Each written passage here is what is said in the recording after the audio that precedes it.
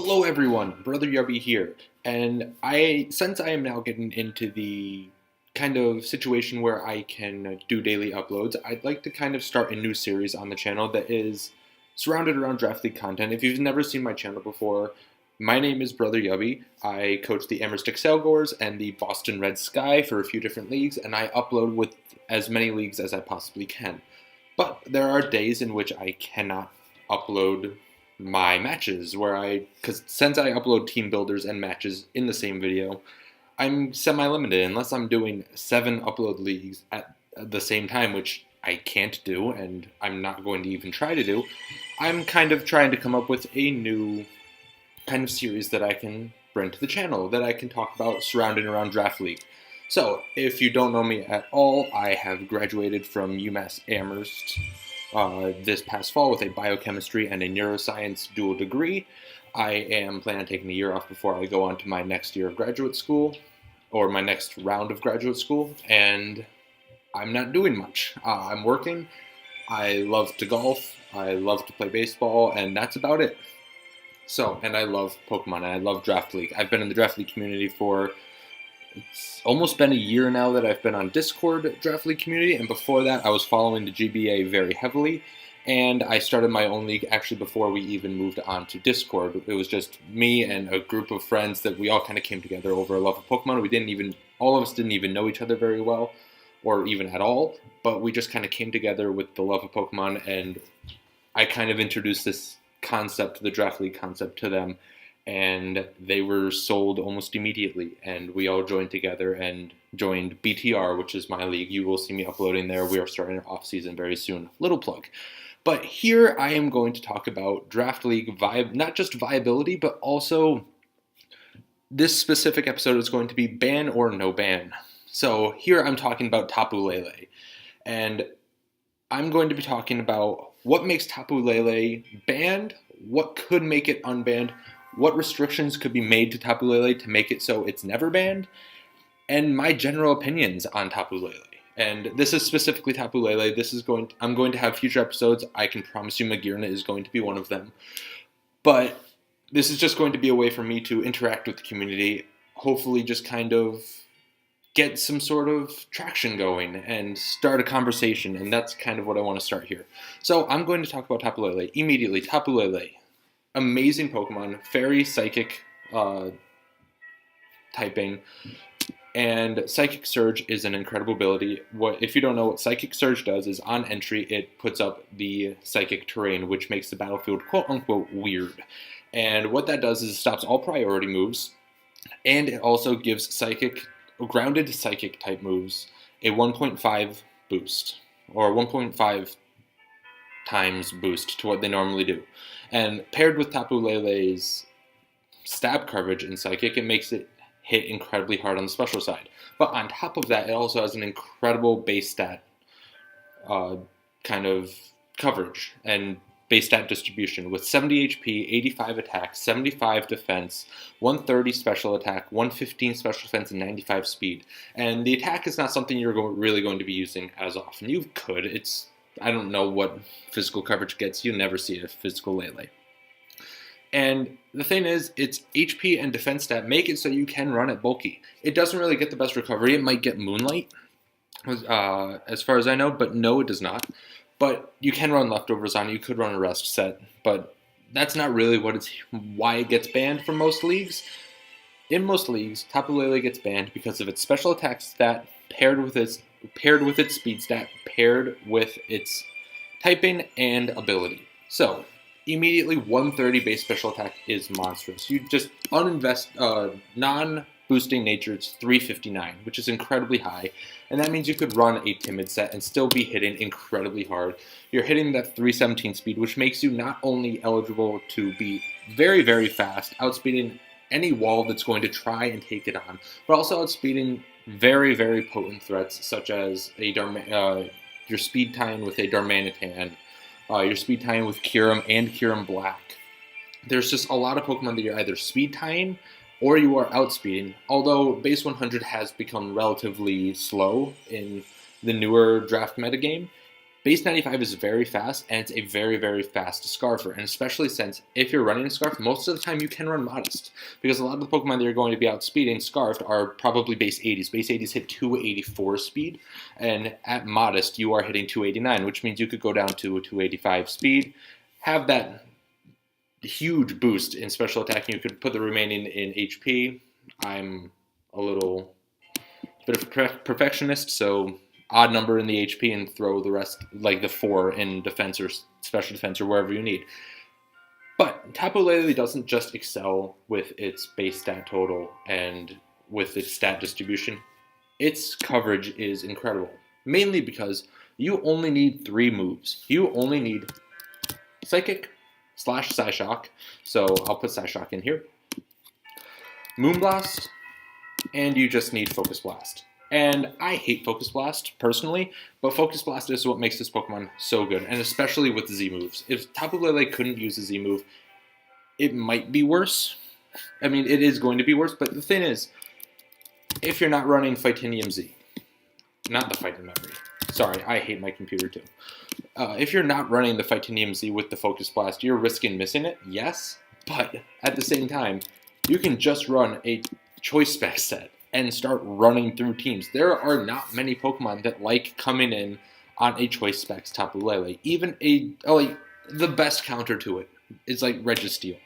And Registeel gets nuked by a Focus Blast, and it doesn't get the best recovery, so it starts getting worn down by entry hazards or just Specs Psychic. You could even run a Life Orb set, because if you run Life Orb, you're able to change up your moves. You lose a little bit of your health, but you can adjust your EVs so that you can kind of take hits better. You can take as little damage from the Life Orb as you possibly can while having the most HP. You can still run a lot of special attack, and you don't even need to run the most special attack. The thing is, with Tapu Lele, you can optimize your EVs so well, because most of the time you're not going to be needing max special attack. You might only need like 108 special attack. You hit 355, which is incredibly high still, and you can run the rest in possibly Special Bulk to allow you to take hits better. You could run it in Physical Bulk. It's not going to matter as much with the special attack stat, because you're already hitting so hard, and especially with the Psychic Surge. A Psychic Surge boosted Psychic from a Life Orb or a Choice Scarf or a Choice Specs Tapu Lele hits incredibly hard, especially if you're Modest. So that's basically the rundown of Tapu Lele. I mean, of course, you can run a sub-Calm Mind set. It gets taunt, so it can really break down walls, so walls can't actually stay in there and recover stall you. It gets Toxic, of course, and Calm Mind. You can run sub-Calm Mind. It gets Room Therapy, so it can function as somewhat as a Cleric. But Dual Screens and Nature's Madness is a great kind of throw-in move for it. So if you only need possibly 2 moves and you don't want to run sub with Calm Mind, you just want to run, say, Calm Mind, maybe you just want to run sub, you can run Nature's Madness and get a guaranteed 50% of something coming in. Like I said, Registeel, probably one of the best counters to Tapu Lele, doesn't want to come in, take Nature's Madness, and then take a Focus Blast. It never lives that, unless it's Chopo Berry. But besides the point. But on top of that, a lot of Steel types don't have good recovery, and Steel types are your best way of defending against Tapu Lele. And even then, Steel types get hit by Focus Blast. So I think Tapu Lele is too good not to be banned. But ways or reasons it should be unbanned. So reason number 1. If Magearna is allowed, I think Tapu Lele should be allowed. Magearna is incredibly good, but it is as good as Tapu Lele, in my opinion. So, Magearna is more versatile, obviously. I'll talk about that in another video, but Tapu Lele hits incredibly hard, hits as hard as Magearna, just about. So if Magearna is allowed, I think Tapu Lele should be allowed. First and foremost, if it doesn't get Psychic Surge and you force it to run Telepathy, so you take out Psychic Surge, not broken at all. Can definitely be taken advantage of, can definitely be taken care of and walled by a well-drafted team. The reason Tapu Lele is so good with Psychic Surge is that it breaks well-balanced teams. It breaks a good team that would have normal checks to a Psychic Fairy type. But they don't, because Tapu Lele is very, very good. If Z moves are banned on Tapu Lele, I still think it's too good. So I think it should be banned, even if Z moves aren't allowed on Tapu Lele. Just because you can throw choice specs on it, As soon as you throw choice specs on it, nothing comes in and takes it, especially in the Psychic Surge. And what I think pushes Tapu Lele over the top is someone who can draft effectively around it. If you see Tapu Lele on a team that is not drafted well around it, Tapu Lele is not going to shine. But if you have someone who drafts Tapu Lele and they can draft well around it, they can get that very, very good dark type, a very, very good steel type, and at least even a mediocre dragon type. And they can kind of function well around it. They can get a Wish Passer, they can get a different cleric, and they can make Tapu Lele really shine. I mean, imagine throwing a Dugtrio with Arena Trap allowed on a Tapu Lele team. Nothing really is going to have very much fun at all, because I'm going to go back to Registeel. Registeel comes in, it needs the Shed Shell so that it can't be trapped by Dugtrio, but then it's not getting its recovery and it's getting easily worn down by possibly a Spike and this constant Psychics from Tapu Lele. So, all in all, I think Tapu Lele is too good to be allowed, but I do think there are reasons that it could be allowed, such as Telepathy. A Telepathy Tapu Lele is still very good. I think that it could still be Tier 1, possibly Tier 2 in most tiered draft systems, and it's probably around the 12, 13 point range in a point-based system. I believe that, just because even with Telepathy, Choice Specs Moonblast, Choice Specs Psyshock, and Psychic are still going to hit incredibly hard from that special side, especially with a very good speed stat as it has, and it has really good coverage options. It even gets Energy Ball for the water types. So right then and there, it's an incredible stall-breaking Pokemon, and there's not much that really wants to come in on its attacks that can realistically wall it without a damage-reducing berry. But even if it has a damage-reducing berry, Tapu Lele can take the hit. Its bulk is nothing to be scoffed at. It's nothing to just look at and be like, it's not going to take any hits, because it does take hits, surprisingly very, very well. So I think Tapu Lele is very good. But on top of being very good, I think it's too good, and me personally, I think it should be banned. But if you have a separate opinion from me, if you have other reasons why you think it should be banned, if you have reasons as to why you think it should be unbanned from leagues, let me know in the comment section below. I'd love to hear it, and I would love to start a conversation. That's the point of this series, is to start a conversation and to kind of get in touch with everyone, hear what your opinions are, and to just kind of get our word out there, make it so we're all being heard, and make it so that we're seeing something from all sides, so we're being inclusive in this community, so that we can have differing opinions and still come out being friends and being comrades, being colleagues.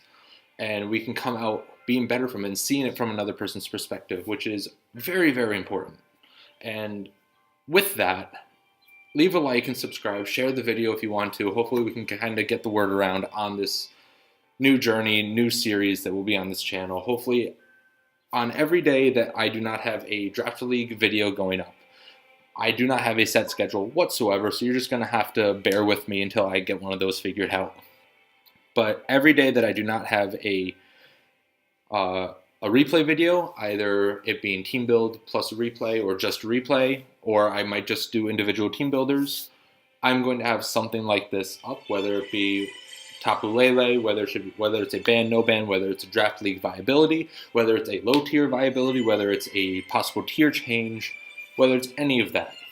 And with that, I want to say thank you very much for anyone who is joining me on this kind of weird and me being rambly journey. And I just want to say thank you for all of you joining me. If you've made it this long, God bless you, man. But thank you very much for everything, and hopefully I'll see you next time, and I will have a video coming up tomorrow if you all want to see it. So have a great day. Thank you very much. Bye-bye.